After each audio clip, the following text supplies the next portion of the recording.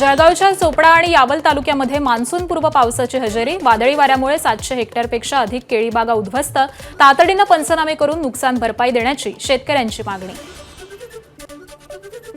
लातूर शहर आणि निलंगा तालुक्यातील परिसरामध्ये वादळी पावसाचा तडाखा। शेतीचं मोठं नुकसान, वीज पडून म्हैस आणि बैल ठार, अनेक घरांचीही पडझड। नांदेडच्या अनेक भागात मान्सूनपूर्व पावसाची हजेरी। हदगाव, तामसा, अर्धापूर परिसरामध्ये सोसाट्याचा वारा आणि विजांच्या कडकडाटासह पाऊस। नागरिकांना उकाड्यापासून दिलासा। कडक उन्हामुळे भाजीपाल्याचं उत्पादन घटलेलं असून वाहतूक खर्चात वाढ झाली आहे। बाजारातील भाजीपाल्याचे दर वाढले। फरसबीनं तब्बल 200 रुपये किलोचा टप्पा गाठला, तर गवार, घेवडा, वाटाण्यांचे दर हे देखील 100 पार। गेल्या आठवड्याभरामध्ये फरसबी, घेवडा, दोडकी, मिरची, काकडी आणि पालेभाज्यांच्या दरात मोठी वाढ झाली आहे। विदर्भातील अमरावती, वर्धा, चंद्रपूर आणि गडचिरोलीला उष्णतेचा रेड अलर्ट, तर नागपूर आणि अकोला जिल्ह्याला ऑरेंज अलर्ट। दुपारच्या वेळी अत्यावश्यक कामांशिवाय घराबाहेर न पडण्याचं प्रशासनाचं आवाहन। जळगाव शहरात क्लायमेट आणि हीट ॲक्शन प्लॅनसाठी सर्वेक्षण सुरू। 7 वाहनांद्वारे होणार हीट मॅपिंग। महानगरपालिका आणि महिला हाऊसिंग ट्रस्ट यांचा संयुक्त उपक्रम। आशा सेविकांनाही प्रशिक्षण देणार। रायगड जिल्ह्यातील काही भागामध्ये भीषण पाणी टंचाई। जिल्ह्यामध्ये आतापर्यंत 65 टँकरद्वारे 64 गावं आणि 230 वाड्यांना पाणी पुरवठा। 1,13,701 नागरिकांची टँकरद्वारे तहान भागवण्याचं काम सुरू आहे। नीट पेपरफुटी प्रकरणी 5वा डॉक्टर सीबीआयच्या रडारवरती। लातूरमधील प्रसिद्ध प्रसूती रोग आणि IVF तज्ज्ञाची सीबीआयकडून चौकशी, तर काही हॉस्टेलवरती देखील जाऊन विद्यार्थ्यांची चौकशी केल्याची माहिती। नीट पेपरफुटीचे धागेदोरे लातूरपर्यंत पोहोचणं हे दुर्दैवी। नीट पेपरफुटीबाबत अमित देशमुखांची पहिली प्रतिक्रिया। लातूर या संकटातूनही बाहेर पडेल आणि विद्यार्थ्यांचं यश पुन्हा एकदा लातूरचं नाव उज्ज्वल करणार, असं वक्तव्य।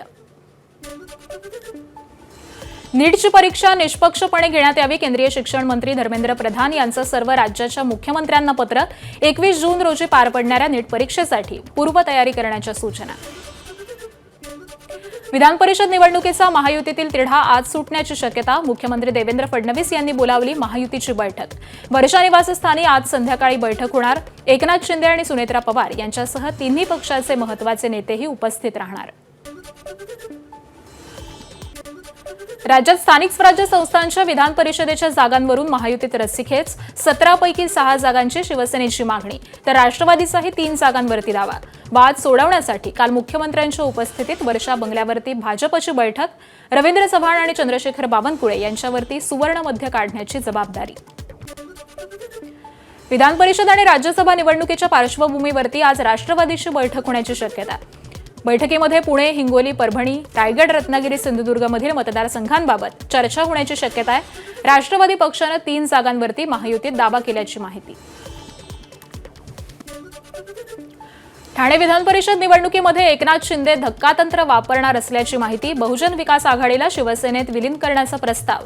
रवींद्र फाटक यांचा पत्ता कट होण्याची शक्यता, तर बवियाचे क्षितेश ठाकूर असू शकतात ठाण्याचे उमेदवार। विश्वसनीय सूत्रांची माहिती।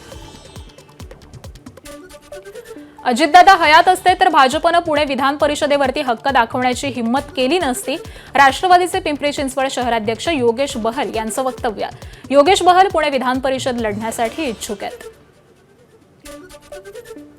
स्थानिक स्वराज्य संस्थांच्या निवडणुकांबाबत जय पवारांची सोशल मीडियावरती पोस्ट। स्थानिक स्वराज्य संस्थांच्या निवडणुका लढवणार नसल्याचं स्पष्ट केलं। गडचिरोली काँग्रेसमध्ये सध्या अंतर्गत वादाची ठिणगी पडल्याचं चित्र। स्थानिक स्वराज्य संस्थांच्या निवडणुकीच्या तोंडावर जिल्हाध्यक्षपदाच्या नियुक्तीवरून काँग्रेसमध्ये 2 गट पडल्याची चर्चा। माजी जिल्हाध्यक्ष महेंद्र ब्राह्मणवाडे यांची फेरनियुक्ती करण्याची मागणी, अन्यथा 12 तालुकाध्यक्षांचा राजीनाम्याचा इशारा। राज्य मंत्रिमंडळाची आज दुपारी 12 वाजता बैठक। या मंत्रिमंडळ बैठकीमध्ये राज्यभरामधील पेट्रोल, डिझेल, इंधन तुटवडा या संदर्भामध्ये चर्चा होण्याची शक्यता। एसटीची भाडेवाढ आणि कांदा प्रश्नावरतीही चर्चा होणार।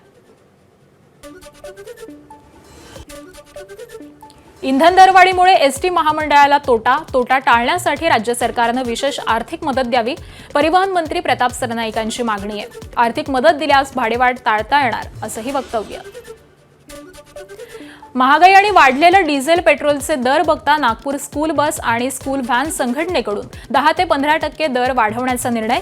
200 रुपयांपर्यंत भाडेवाढ होणार. पालकांचा खिसा आणखी रिकामा होणार. मीरा रोडच्या पूनम इस्टेट एक कॉम्प्लेक्समध्ये मुस्लिम पदाधिकाऱ्यांकडून बकरे ठेवण्यासाठी शेड उभारल्यामुळे वाद. बैठक न घेता हिंदू रहिवाशांना विचारात न घेता शेड उभारल्याचा आरोप. शेडमधील 25 बकऱ्यांमुळे त्रास होत असल्यानं पोलिसात तक्रार. एका युवकावरती अज्ञाताकडून ब्लेडनं वार. सोसायटीत गदारोळ. सार्वजनिक ठिकाणी कुर्बानी दिली जाऊ नये अशी प्रतिक्रिया मंत्री प्रताप सरनाईक यांनी दिली आहे. तर ठरवून दिलेल्या ठिकाणांचाच वापर करण्याचं आवाहनही त्यांनी केलंय. बकरी ईद पार्श्वभूमीवरती गोवंश हत्या आणि अवैध वाहतुकीवरती कारवाईची मागणी. भाजप आमदार संजय उपाध्याय यांचे मुंबई महापालिका आयुक्त आणि मुंबई पोलीस आयुक्तांना पत्र. बकरी ईद दरम्यान गोवंश हत्या रोखण्यासाठी कठोर कारवाईची मागणी. अमरावतीच्या मेळघाटच्या जंगलात विश्व हिंदू परिषदेच्या कार्यकर्त्यांनी दिलं हात पाय बांधलेल्या गोवंशाला जीवदान. जंगलामध्ये गोवंशाची हत्या करून गोमांस विकलं जात असल्याचा विहिपचा आरोप. तातडीनं कारवाईची मागणी. नाशिकच्या टीसीएस मधील धर्मांतर आणि अत्याचार प्रकरणामधील आरोपी निदा खानला आश्रय दिल्याप्रकरणी एमआयएमचे नगरसेवक मतीन पटेल यांची तब्बल 8 तास चौकशी. चौकशीत मतीन पटेलांचा मोबाईल जप्त. मतीन यांचा जबाबही नोंदवला. एबीपी माझा, उघडा डोळे बघा नीट.